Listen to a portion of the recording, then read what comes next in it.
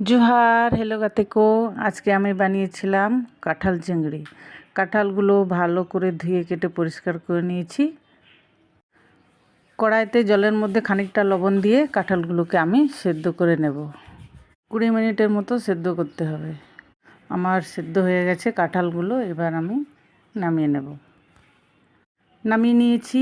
এদিকে কড়াইতে তেল দিয়ে দিয়েছি। এবার চিংড়ি মাছগুলোকে আমি ভেজে তুলব।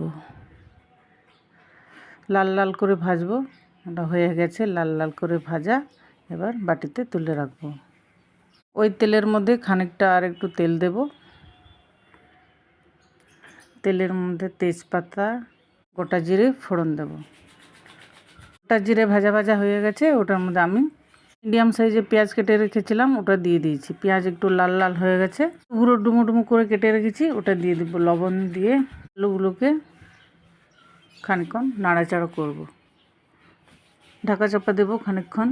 আলুগুলো মোটামুটি সেদ্ধ হয়ে এসছে। এবার আমি এতে দেব জিরা গুঁড়া, লঙ্কা গুঁড়া আর হলুদ গুঁড়ো, আর দেব আদা বাটা, রসুন বাটা আর 2টো কাঁচা লঙ্কা। এগুলো দেওয়ার পর খানিকক্ষণ নাড়াচাড়া করতে হবে। আমার মশলাগুলো ভাজা ভাজা হয়ে গেছে। এবার দেব সাইজের টমেটো কেটে রেখেছিলাম, ওটা দিয়ে দেব। এবার দেব জল দিয়ে খানিকক্ষণ কষিয়ে নেব।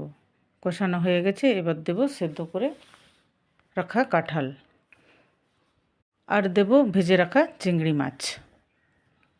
এবার দেব স্বাদ মতো লবণ আর চিনি। যেহেতু আগে কাঁঠাল আর আলুতে লবণ দিয়েছিলাম, একটু দেখে শুনে দিতে হবে। এবার দিয়ে দেওয়া হয়ে গেছে। এবার জল দিয়ে আমি ঢাকা চাপা দিয়ে ফুটতে দেব। জলটা শুকিয়ে আসলে ঘি, গরম মশলা ছড়িয়ে আমি নামিয়ে নেব। আমার কাঁঠাল চিংড়ি রেডি হয়ে গেছে। বন্ধুরা, আপনারাও বানিয়ে খাবেন। এতে কেমন হয়েছে জানাবেন।